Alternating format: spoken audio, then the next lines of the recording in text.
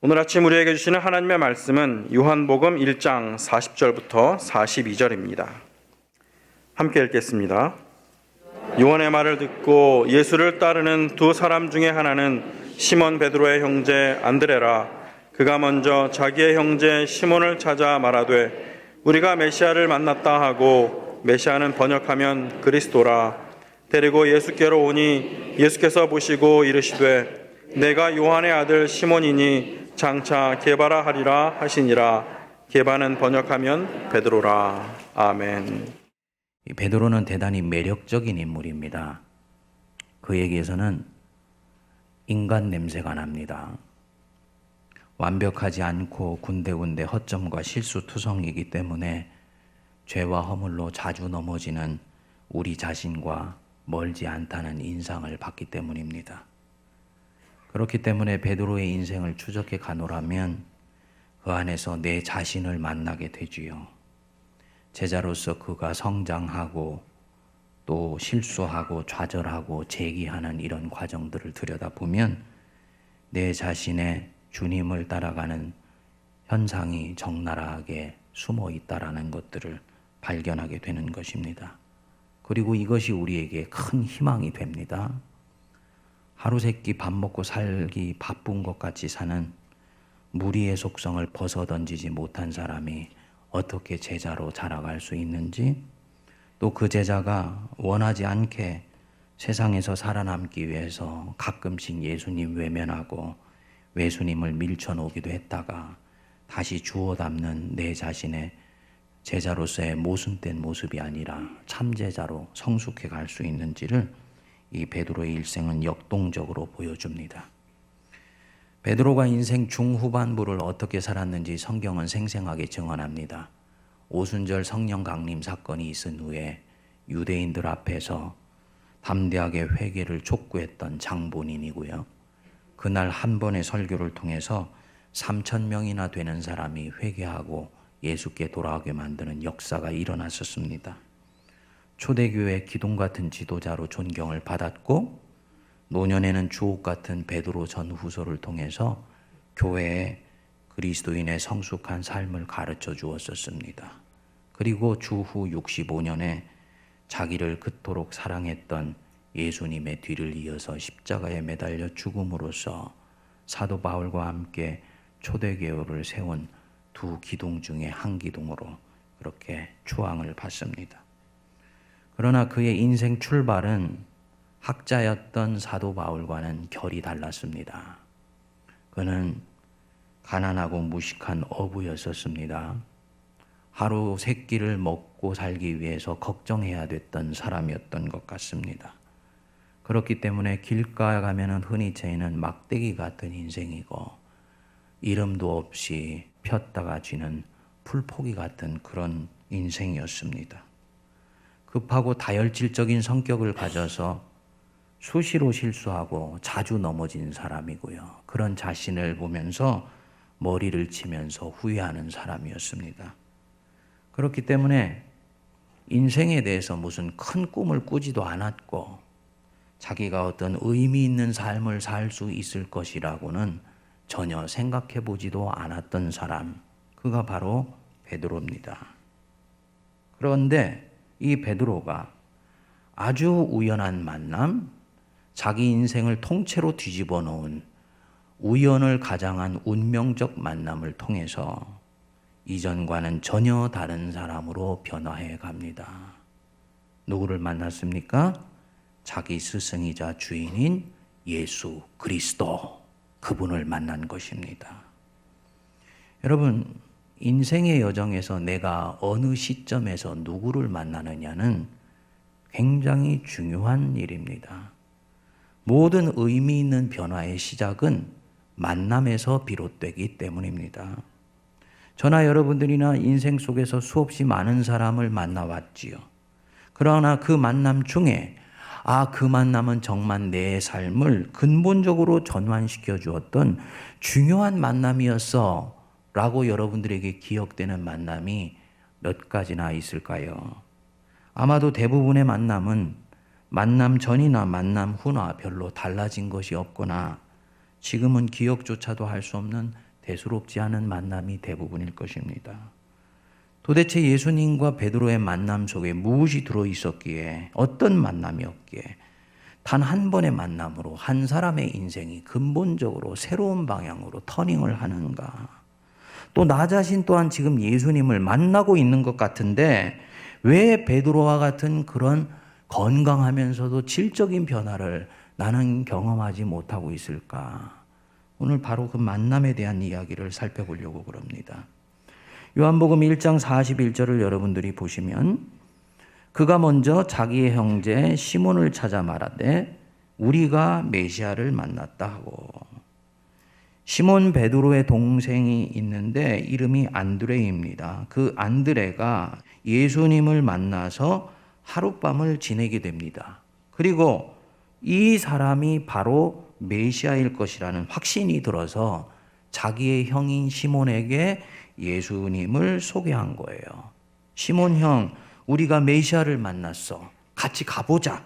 권면하여서 시몬을 예수께로 데리고 왔습니다. 무슨 말이냐? 이들은 무엇인가를 찾고 있었다는 이야기입니다.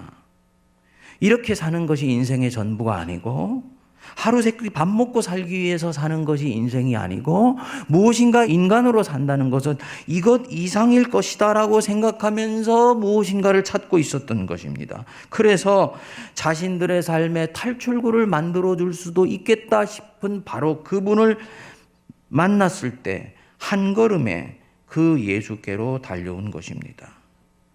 예수께서 무언가를 찾고 있는 이 시몬을 보고 말씀하지요. 42절 우리 같이 읽겠습니다. 데리고 예수께로 오니 예수께서 보시고 이르시되 네가 요한의 아들 시몬이니 장차 게바라 하리라 하시니라. 게바는 번역하면 베드로라. 베드로, 반석이죠. 반석. 네가 장차 반석 베드로가 될 것이다. 보십시오. 시몬이 이때까지 알고 있는 자기의 이름은 무엇입니까? 시몬이지요. 그렇죠? 아버지가 첫 아들이라고 붙여주는 이름이 흔히 시몬이었다고 이야기를 합니다. 지금까지 동네 사람들이 그를 그렇게 불렀습니다. 그런데 그 이름 말고 전혀 다른 이름이 자기 인생 속에 기다리고 있다는 것을 첫 만남에서 예수님이 가르쳐 주신 것입니다. 이 시몬이라는 이름은 자기가 자기를 생각할 때 여태까지 자기가 가지고 있었던 자기 이미지에 대한 표상을 나타내는 것이 바로 이 시몬이라는 이름입니다. 아브라함 하면 우리가 뭐가 떠오릅니까? 믿음의 조상. 모세 하면요, 이스라엘의 탁월한 영도자. 아브라함 링컨 하면 노예를 해방시킨 위대한 대통령. 시몬 하면 별 볼 일 없는 사내. 그렇게 와서 그렇게 살다가 그렇게 인생 가도록 운명 지워져 있는 사내. 평생을 살아도 신문지상에 이름 한 자 드러낼 수 있는 가능성이 없어 보이는 사내. 나, 시몬. 그것이 바로 시몬입니다. 시몬, 자기를 생각할 때 생각했을 거예요.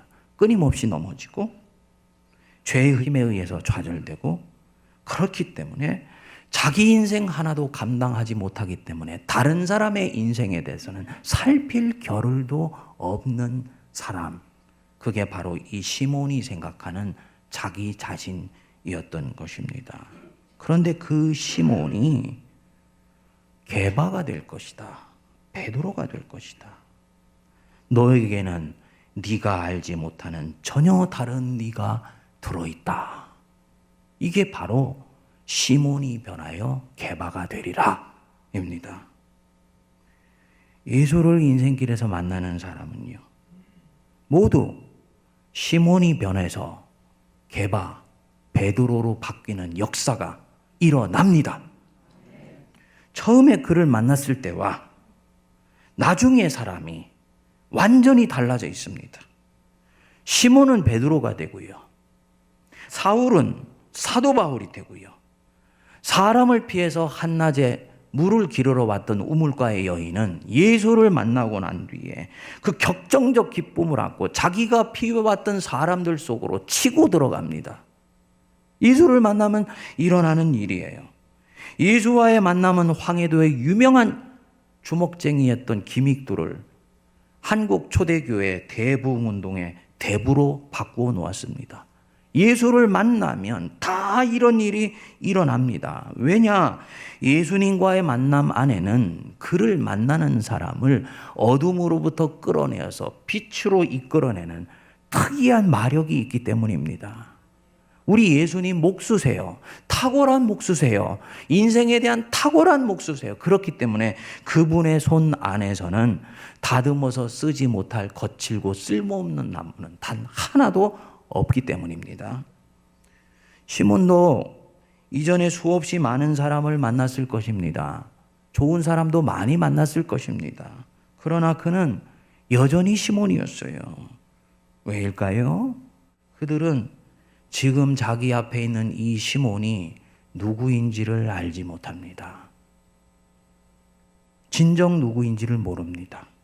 그저 자기 친구로 알고 동네 사람으로 알 뿐, 이 시몬이 무엇에 기뻐하는지, 무엇에 아파하는지, 이 시몬이 자기 시야를 벗어나 있는 동안에는 무엇 때문에 고통하고 외로워하는지, 왜 한 번씩 잠 못 이루는 밤을 새우면서 가슴에 솔바람이 지나가는지 이 사람들은 모릅니다. 그렇기 때문에 바로 이 어려움을 넘어서면 이 사람이 어떤 사람으로 변화될 수 있는지도 이들은 모르는 것입니다. 그런데 우리 예수님 보세요. 42절을 다시 보시면 데리고 예수께로 오니 예수께서 뭐 하셨다고요? 보셨습니다. 이 요한은 본다라는 말을 굉장히 많이 씁니다. 사도 바울은 듣는다라는 속에서 진리를 깨치는 걸로 아는데 요한은 본다는 말을 많이 써요. 진정한 변화는 보고 만지는 데서부터 온다고 보는 거예요. 예수님이 이 시몬을 보셨어요. 꿰뚫어 보셨습니다. 그를 그리고 단박에 알아보았습니다. 네가 지금은 시몬이다. 그의 이름을 알고요. 누구의 아들인지도 알고 그가 지금 어떤 사람인지, 지금 이 삶에서 만족하지 못해서 무엇인가를 찾아다니고 있다는 것도 꿰뚫어 아셨습니다. 그리고 그 엉성해 보이는 모래 저 깊숙한 곳으로 들어가면 바로 반석 같은 기질이 잠재력으로 숨어 있다는 것도 예수님은 보신 것입니다. 그래서 네가 장차 개발하리라. 시몬에게 전혀 없는 것이 이후에 예수님과 만나는 과정 속에서 이식되는 것이 아닙니다. 시몬에게 창조주 하나님께서 심어넣어 주신 그 기질이 있어요. 그의 그 어둡고도 자기 자신의 머리를 치게 만드는 속상한 그 기질 바로 옆에 빛된 기질이 있습니다. 그 기질을 하나님이 앞으로 드러내셔서 반석같이 견고한 성품인 교회의 온전한 반석이 되도록 해주시겠다. 그 말씀입니다. 여러분, 창조주 하나님께서 저와 여러분들 안에도 똑같은 것들을 집어넣어 주셨습니다. 나의 죄성과 허물과 약점, 바로 그 옆에 하나님이 주시는 보석 같은 기질이 반드시 있습니다. 예수께 오면 이것이 발현되기 시작할 수 있는 것입니다. 예수님이 저와 여러분들을 아세요. 속속들이 아세요. 내가 누구인지, 내가 무엇이 장점인지, 무엇 때문에 나는 반복해서 걸려 넘어지고 있는지, 내가 어느 부분에서 지금 영적인 진보를 이루지 못하고 있는지, 아무도 없는 순간에 무슨 생각을 하면서 시간을 보내고 있는지 우리 주님 아십니다. 다른 모든 사람에게는 숨길 수 있지만 우리 예수님한테는 숨길 수 없어요. 그렇기 때문에 예수님 앞에 가면 소망이 있는 줄 믿습니다. 나를 아시기 때문에 나를 고치실 수가 있는 것이지요. 자동차를 알기 때문에 자동차를 고칠 수 있는 것처럼 주님이 나를 아시기 때문에 나를 고치실 수 있고, 이 지긋지긋한 삶에서 한 발자국도 진보하여 나가지 못하는 나를 2019년에는 소망에 차서 미래를 살 수 있도록 변화시켜 주실 수 있는 것입니다. 사랑하는 여러분, 그분 앞으로 와서 그분을 만나세요. 그러면 변화가 일어나기 시작합니다. 성경을 읽는데도 읽을 때뿐이지 내 영혼 속에 불꽃이 점화되지 않으며 목사님, 나에게는 변화가 일어나지를 않습니다. 어떻게 해야 됩니까? 왜 그럴까요? 예수님을 만나고 있지 못하기 때문에 그런 일이 생기는 것입니다. 이미 만났다고요? 그러면 그런 분들에게 묻겠습니다. 그분 만난 이후로 내 영혼에 만족할 만한 변화가 있습니까? 내가 나 삶을 긍정하고 내 자신을 사랑하고 내 인생과 화해하며 오지 않은 미래에 두려워하지 아니하고 고난 때문에 아파하는 경우는 있지만 그 고난 속에 역사하시는 하나님의 손길 때문에 이 고난을 견디며 나아갈 수 있습니까? 만일에 이것에 아멘이라고 진정으로 내가 말할 수 없다면 그는 아마도 겉으로는 웃고 있지만 속으로는 아파하고 힘들어하고 있을지도 모릅니다. 저나 여러분들이나 목사다, 장로다, 권사다, 안수집사다, 교회 집사다. 그거는 페르소나예요. 우리의 역할, 우리의 롤이지 우리의 영혼, 우리의 소울은 아닙니다. 그거 벗고 맨 얼굴로 하나님 앞에 서 있는 나를 볼 때 그때 우리의 영혼의 실체가 드러나게 되고요. 이 영혼은 하나님과 그분의 아들 예수와 만났을 때만 비로소 자라나기 시작하며 삶을 소망으로 볼 수 있게 만들어 주는 것입니다. 만일에 그렇지 못하면 예수를 만났으나 만나지 않은 것입니다. 인격적인 만남이 이루어지지 않을 때 만났지만 만나지 않는 희한한 일이 생깁니다. 독일의 유명한 유택의 실존주의 철학자인 마르틴 부버가 지금은 고전이 된 나와 너라는 책을 썼습니다. 부버가 이 책에서 이 세상의 관계를 규정하는 두 개의 근원어가 있다고 이야기를 했습니다. 첫 번째 관계가 뭐냐면 나와 너 관계, 두 번째가 나와 그것의 관계입니다. 여기서 내 앞에 있는 너가 사람이기 때문에 너이고 사물이기 때문에 그것이다. 이렇게 얘기하는 것이 아닙니다. 굉장히 중요합니다. 사람과 관계를 맺고 있지만 사람을 만났는데 내가 그 사람을 그저 자기 앞에 있는 대상으로만 바라보거나 자기의 인생의 목표를 이루기 위한 자기의 소망을 이루기 위한 수단과 방법과 도구와 통로로 대하는 순간 그 사람은 나에게 있어서는 그것이 되어버린다는 것입니다. 이렇게 되다 보면 여기에서는 그 사람을 만났지만 진정한 만남은 이루어지지를 않고요. 그렇기 때문에 그와의 만남에서 영혼의 불꽃을 가져다 줄 수 있는 변화는 절대로 일어나지를 않는다는 것이지요. 한 사람이 있었습니다. 혼자 있기 외로우니까 친구에게 전화를 했어요. 친구야, 나와서 나하고 한 2시간 커피 한 잔 마시면서 우리 얘기 나누자. 그 친구가 쫓아 나왔습니다. 둘이 2시간 동안을 실컷 가십거리가 되는 얘기를 서로 쏟아내고 각자 흩어져서 집으로 왔습니다. 떠들 때는 재미있었고요. 허세도 부렸고 잘난 척도 했는데 집에 와서 보니까 그저 시간만 때웠다는 생각이 떠나지를 않는 것입니다. 그리고 이상하게 만나기 전보다도 더 허전함이 밀려오게 됩니다. 이 사람 지금 뭐 하고 온 것입니까? 친구를 너로 만나지 않고 그것으로 대했다가 온 것입니다. 자기의 외로움을 채워주는 대상으로 만남. 이것은 기독교가 말하는 인격적인 만남이 아니에요. 예수님이 말하시는 나를 만나야 된다 할 때 그 만남이 아닙니다. 이렇게 되면 만날수록 더 곤고해지고 자기 자신과 그 사람을 점점 소외시켜버리는 일이 일어나게 됩니다. 왜냐? 나는 그에게 한 번도 내 자신의 진실을 오픈해 본 적이 없습니다. 그의 아픔에 잔잔히 귀를 기울여 줘 본 적도 없고요.